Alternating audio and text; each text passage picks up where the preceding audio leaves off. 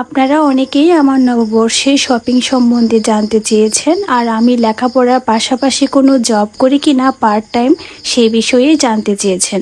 আজ প্রত্যেকটা বিষয় আমি আপনাদের কাছে ক্লিয়ার করব। সকলকে জানাচ্ছি আমার পক্ষ থেকে সকালে স্নিগ্ধ শুভেচ্ছা। কেমন আছেন সবাই?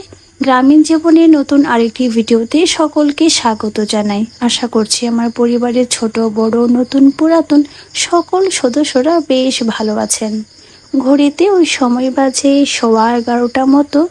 আমি বেরিয়ে পড়েছি ব্রেকফাস্ট করার পর, কেননা বাহিরের প্রচণ্ড পরিমাণ রোদ্দুর। তো ভেবেছিলাম সকাল সকাল শপিংটা সেরে নেব। হাতে মাস শেষে যা অল্প টাকা ছিল ওই সব টাকা দিয়ে মায়ের জন্য আর বাবার জন্য শপিং করব। আর বাকি বাড়িতে তেমন কেউ নেই যাদের আমি শপিং করে দিব। তবে আরেকটা কথাও ঠিক যে এবছরের নববর্ষে আমি তেমন কোনো কাপড় চোপড় নেইনি, বলতে পারেন বাজেটেও নেই। হ্যাঁ, এখন মূল কথায় আসি। আমি যেহেতু প্রাইভেট ইউনিভার্সিটিতে পড়ালেখা করি, সেক্ষেত্রে আমার অ্যাটেন্ডেন্সটা অনেকটা বেশি ইম্পর্ট্যান্ট। তাই আমি সকালবেলা কোনো ধরনের কিছুতে কোনো ইভেন্টেই আমি উপস্থিত থাকতে পারি না। তবে এটা ঠিক, আমি আমার ইউনিভার্সিটির পরে কিছু কাজে ইনভলভ রয়েছি। যেমন বিউটিশিয়ানের ট্রেনিংয়ে রয়েছি এবং একটা টিউশনের কোর্স চলছে, তবে তেমন একটা বেশি ইন্টারেস্ট দেখাচ্ছে না। কেননা আমি মনে করি যে আমার নিজের পড়ালেখাটাই ফার্স্ট প্রায়োরিটি। এখন আমি টিউশনে বেশি ইনভলভ হয়ে গেলে তখন দেখা যাবে আমার নিজের লেখাপড়ারই ক্ষতি হচ্ছে। আর সেমিস্টার ফিতে আমার মোটা অঙ্কের একটা খরচ হয়।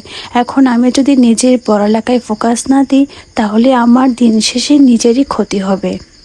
নববর্ষ উপলক্ষে বাবার জন্য 4খানা লুঙ্গি 4 রকমের 2খানা নিয়েছি আমি শার্টের পিস, যেটা আমি এখান থেকে সেলাই করে পাঠাবো।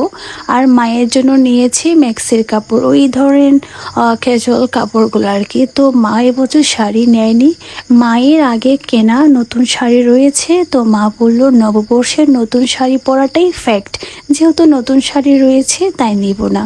আর এই মাসে আমাদের বাড়ির কাজও চলবে বটে, তাই মা বাড়তি কোনো খরচ করছে না। আমার মা বরাবরই অনেক হিসাবী বিলাসিতা, তেমনটা তার মধ্যে একদমই কাজ করে না। আর আমি আমার মায়ের ফটোকপিও বলা যায়।